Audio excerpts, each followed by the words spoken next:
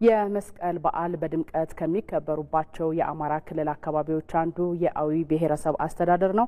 በአዊ ሕዝብ ዘንድ የመስቀል በዓል ትልቅ ቦታ የሚሰጠው ሲሆን በዓሉንም ለየት ባለ መልኩ በተለያዩ ክዋኔዎች ያከብራሉ። ሳሙኤል ወርቃየው ተከታዩን አዘጋጅቷል። እንከታተል። የመስቀል በዓል በአማራ ክልል በአዊ ዞን ማህበረሰብ ዘንድ ትልቅ ቦታ የሚሰጠው ነው። በማህበረሰቡ ዘንድ በመስቀል በዓል ቂም ይዞ በዓሉን የሚያከብር አይኖርም። በአካባቢው የተጣላ ሰው እንኳን ቢኖር በበዓሉ ቀደም ብሎ የእርቅ ስነ ስርዓት ተከናውኖ በዓሉን ሰብሰብ ብሎ ያሳልፉታል።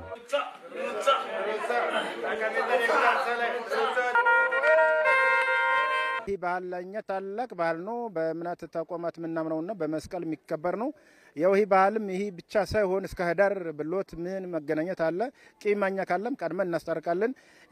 ህዝቡ ደግሞ ተሰብስቦ በዚህም ነገር ዛሬ ደማለ ተቀልነ ብዙ ህዝብ ነው የሚወጣው እና በአንድ ላይ ዮሄ ስንል ዮሃ እያለ ህብረተሰቡ ተከትሎ ሴቶችም ተከትለው የጦር ይዘን ነው ችቦ ገር ምንወጣ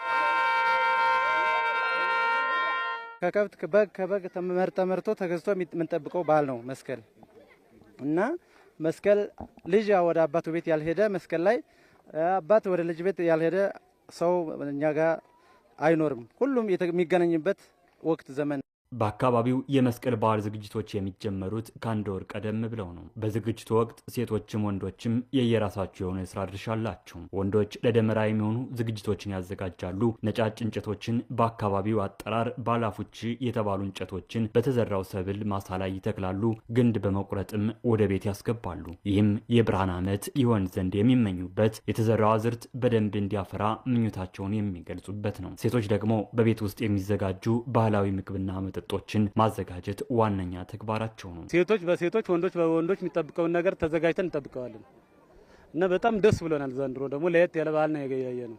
ይሄ ማለት ከቅቤና ከጨው የተዘጋጀ ለመስቀል ደመራ የተዘጋጀ እንደ ባህላችን አብዚ ይባላል። ይሄ ደግሞ ከሽሮ የሚዘጋጅ የባህላችን ለመስቀል ደመራ የሚዘጋጅ የሽሮ አብዚ ይባላል። በአካባቢው በደመራ ዕለት ተደምሮ ያደረው ደመራ የሚለኮሰው በዕለተ መስቀል ሌሊቱን ነው። በዚህ ዕለት ታዲያ አንድ ሰው ከአንድ በላይ ችቦም ሊያበራ ይችላል። ይህም የሚሆነው ደግሞ ከዚህ ቀደም በሞት የተለየ የቤተሰብ አባል ካለ በሱ ስም የሚበራ ችቦ ነው። የመስቀል በዓል የማህበረሰቡን ግንኙነት በማስተሳሰር በኩል የሚጫወተው ሚና ከፍተኛ ነው የሚሉት የአዊ ብሔረሰብ አስተዳደር ባህልና ቱሪዝም መምሪያ ተወካይ ኃላፊ ወለሊ ጌቴ በዓሉ ባህላዊ ትውፊቱን ይዞ ለትውልድ ይተላለፍ ዘንድ የመጠበቅና የማስተዋወቅ ስራዎች እየተሰሩ ስለመሆናቸው ገልጸዋል። በመስቀል በዓል ላይ እንደ አዊ ብሔረሰብ አስተዳደር ውሃ ከጎደለ በኋላ የሚከበር በዓል ስለሆነ ድቅድቅ ጨለማ ላይ የነበሩበትን እንኳን በሰላም ወደዚህ አደረሰን ብለው የሚጠያይቁበት በዓል ስለሆነ